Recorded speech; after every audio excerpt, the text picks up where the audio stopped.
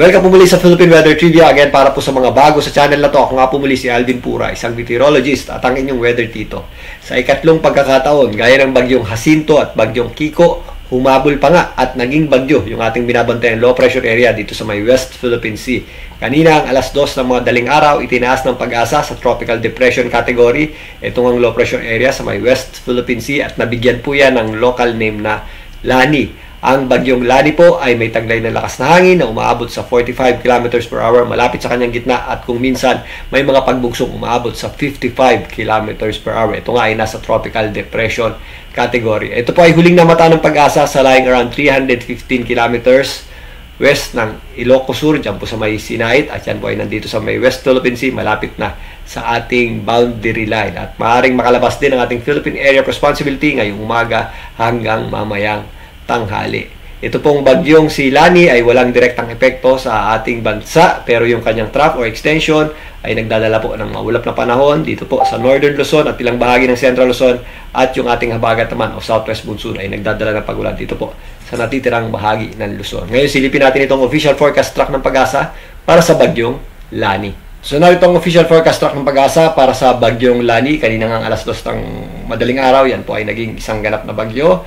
At yan po ay kikilos pa-westward hanggang northwestward at maaaring makalabas nga ng ating Philippine Area of Responsibility ngayong umaga hanggang mamayang tanghali. At yan po ay possible pang lumakas pero by the time nasa labas na po yan at malayo na sa anumang bahagi ng ating kalupaan. Sa ngayon, yung kanyang panglabas na kaulapan at yung kanyang trough ay nakaka-apekto sa ating bansa. Pero by the time na lumayo po yan, mula bukas, mababawasan pa yung epekto niyan.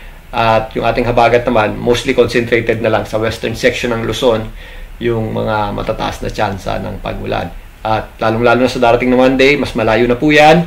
At meron tayong inaasahan nga ang tinatawag na monsoon break o ang paghina o ang pag-atras ng habagat kasabay po ng paglayo nito pong bagyong Lani. Yan po ay sa susunod na linggo. So yung ating panahon ay magiging parang panahon ng tag-init. Easterlies po yung ating magiging prevailing weather system sa susunod na linggo, or maaari din pong lumabas yung ating mga tinatawag na intertropical convergence zone. So yan naman po ay nagdadala ng mataas na tsansa ng pagulan kung saan nakatapat po yung ating ITCC. So bantayan din po natin yan at abangan natin nga yung paghina at pag-atras ng ating habagat o yung tinatawag nating monsoon break. Pero sa ngayon, balikan muna natin itong epekto ng bagyong Lani.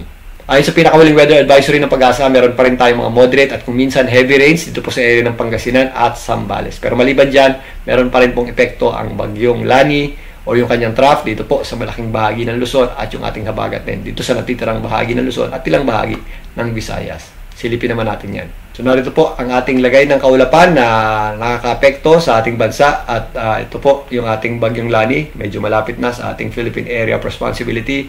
Ang malaking bahagi po ng Northern Luzon, although sumisilip naman po yung ating araw, maula po ang panahon natin dyan at possible po yung ating mga scattered at kalat-kalat na pagulan. At meron din tayong mga posibleng thunderstorms. Ito pong kaulapan nandito sa may eastern section ng ating bansa ay parte po ng elongated trough.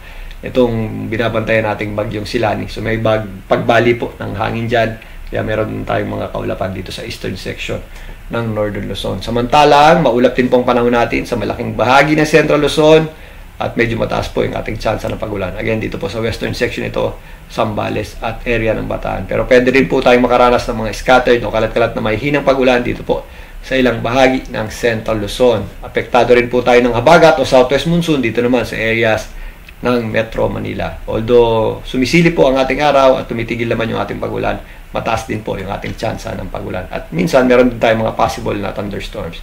Ganoon din po ang panahon natin dito sa areas ng Calabarzon at maging dito sa area ng Mindoro. Kasama na po dyan ang hilagang bahagi ng Palawan. Mas maliwalas naman ang panahon natin sa malaking bahagi ng Visayas at Mindanao. So wala pong epekto dyan yung ating bagyong si Lani at ito pong ating habagat or southwest monsoon ay nakatapat naman dito sa western Visayas at Zamboanga Peninsula. So medyo mataas pa rin po dyan yung ating tsansa ng pagulan, especially tuwing hapon at gabi. Pero generally, fair weather po tayo sa malaking bahagi ng Visayas at Mindanao, maliban lang nga sa mga isolated o localized na pagulan at thunderstorms. So bukas, habang lumalayo ito pong bagyong Lani at makalabas na ang ating Philippine Area of Responsibility, significantly, mababawasan po yung ating pagulan sa malaking bahagi ng Luzon Mostly yung ating chances of rain ay nandito na lamang sa sa western section o sa kanlurang bahagi ng Luzon. Dahil naman yan sa epekto ng ating habagat o southwest monsoon. Again, yung binabanggit na natin sa mga susunod na araw ay aatras o magre-recede yung ating habagat o southwest monsoon. Ayan po yung ating tinatawag na monsoon break. Magsisimula po yan sa Lunes hanggang sa mga susunod na araw. At yan muna ang pagtalakay natin dito sa Bagyong Lani. Again, mag-ingat po tayo sa mga posibleng epekto ng mga pagulang dulot ng trough nitong Bagyong Lani at ng pagulang dulot din ng habagat. Although hindi po ganun kalakasan, possible pa rin po tayong makaranas ng mga pagbaha at mga possible flash floods at landslides, especially kapag nakakaranas tayo ng thunderstorms and dun po sa mga low-lying areas at dun po sa mga flash flood prone areas o yung mga areas na mabubundok. So mag-ingat po tayo dyan. At ugaliin po mag-check ng heavy rainfall warning advisory ng Pag-asa. At yan muna ang latest dito po sa pinaka-bago nating bagyo, ang Bagyong Lani. Muli ako po ang inyong weather dito para sa Philippine Weather Trivia. Magandang umaga po.